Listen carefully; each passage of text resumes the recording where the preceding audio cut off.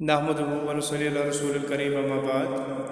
प्यारे बच्चों, अस्सलामु अलैकुम रहमतुल्लाहि व बरकातुहू।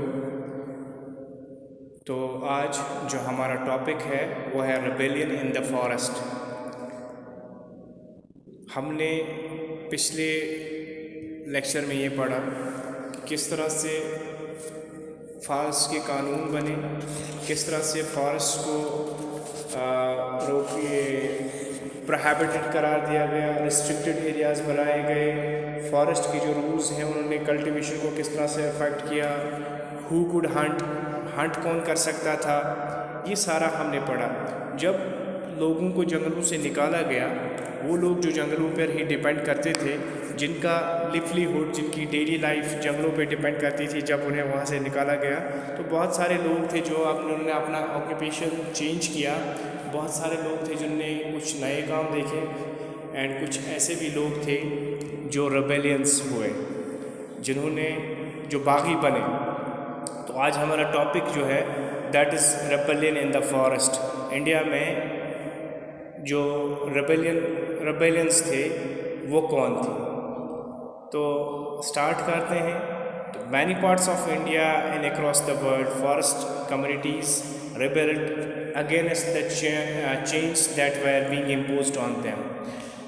तो हिंदुस्तान में ही नहीं बल्कि पूरी दुनिया में बहुत सारी कम्युनिटीज़ ऐसी थी जिन्होंने गवर्नमेंट के ख़िलाफ़ बगावत की।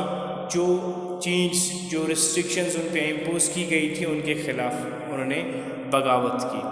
और फिर क्या होता है, जो the leaders of these movements against the British like Sidhu and Kanhu in the Santhal Parganas, ये सारे जो भी मैंने नाम लिए, या बिरसा मुंडा छोटा नागपुर और Alluri Sitaraman Raju of Andhra Pradesh are still remembered today in songs and stories. ये जितने भी मैंने नाम लिए, ये जितने भी रेबल्स का मैंने नाम लिया, जिसमें ये संथाल परगनास, बिरसा मुंडा छोटा नागपुर का, या अलौरी सीतारामन राजू जो है आंध्र प्रदेश से है, ये सब आज भी याद किए जाते हैं हिंदुस्तान में अपने यहाँ के सॉन्ग्स में, यहाँ की किस्से कहानियों में आज भी इनका नाम जिंदा है। We will now discuss in detail one such rebellion which took place in the kingdom of Bastar in 1910। 1910 में बस्तर के इलाके में जो रेबेलियन हुआ वो हम यहाँ पर देखेंगे। अब बस्तर जो है ये कौन सी जगह है, ये छत्तीसगढ़ का साउदर्न मोस्ट एरिया है बच्चे। तो ये छत्तीसगढ़ का साउदर्न मोस्ट एरिया है। इसके बॉर्डर्स जो है वो आंध्र प्रदेश के साथ मिलते हैं, उड़ीसा के साथ मिलते हैं और महाराष्ट्र के साथ मिलते हैं। Bastar is located in the southernmost part of Chhattisgarh and borders Andhra Pradesh, Orissa, Maharashtra। The central part of Bastar is on a plateau। इसका जो सेंट्रल पार्ट है, बस्तर का जो सेंट्रल पार्ट है वो एक प्लेट्यू पर है। और प्लेट्यू क्या होता है ये आप बखूबी समझते हैं। To the north of this plateau is Chhattisgarh plain. इसके बस्तर के नॉर्दर्न एरिया में छत्तीसगढ़ प्लेन्स हैं, इसके साउदर्न एरिया में गोदावरी प्लेन है, और रिवर इंद्रावती जो है वो ईस्ट से वेस्ट इसी बस्तर से होकर जाती है। Number of different communities live in Bastar such as Maria, Muria, Gonda, Dhurwas, Bhatras and Halbas. ये वो कम्युनिटीज़ हैं, ट्राइबल कम्युनिटीज़ हम इन्हें कहेंगे, जो इस इलाके में रहते हैं। दे स्पीक डिफरेंट लैंग्वेज, उनकी ज़बानें अलग हैं, लेकिन but share common customs and beliefs.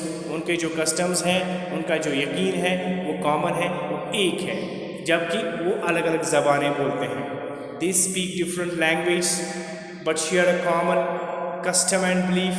The people of Bastar believe that each village was given its land by the earth and in return they took after the earth।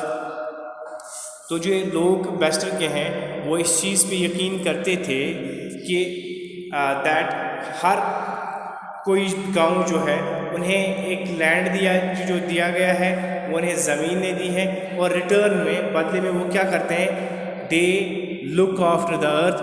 वो बदले में इस ज़मीन की देखभाल करते हैं। कैसे देखभाल करते हैं? By making some offerings at each agricultural festival. हर एग्रीकल्चरल फेस्टिवल पे कुछ चीज़ें ऐसी बनाते हैं, कुछ ऐसी ऑफ़र करते हैं in addition to the earth. जो वापस में क्या है, वापस में अर्थ क्या करती है?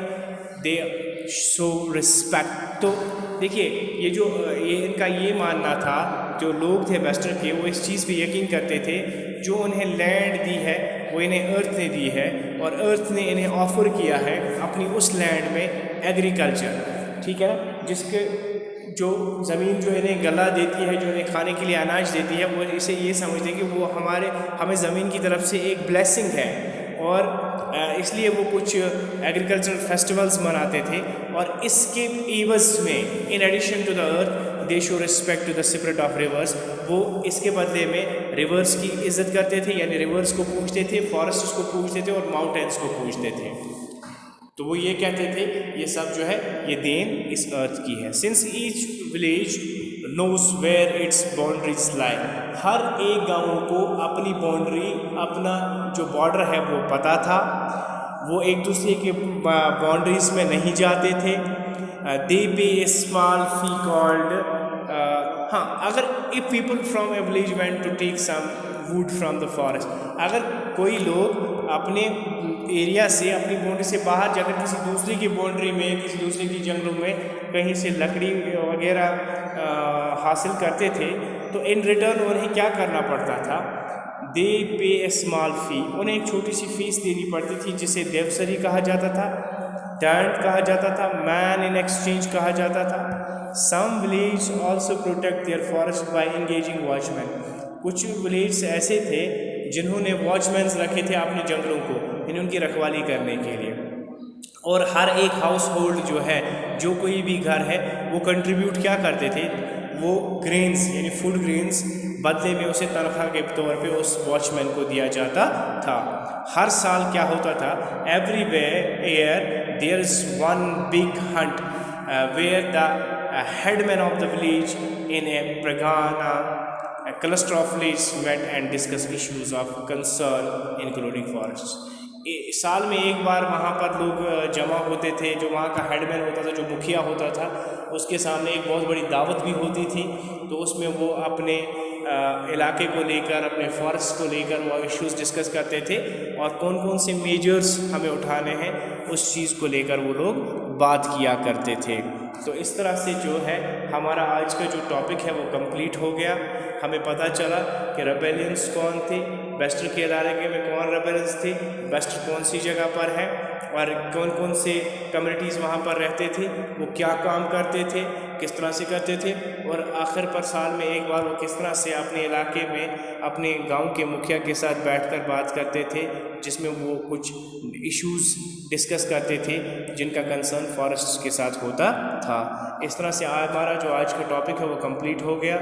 मिलते हैं अगले एक वीडियो में एक नए टॉपिक के साथ। तो आपसे आखिर पे ये कहना चाहूँगा, जिन्होंने अभी मेरी चैनल जो है सब्सक्राइब नहीं की है, मैं उनसे रिक्वेस्ट करता हूँ कि वो मेरी चैनल को सब्सक्राइब करें, बेल आइकन को हिट करें, ताकि आने वाले वीडियोस की नोटिफिकेशन आपको टाइम पर मिलती रहेगी।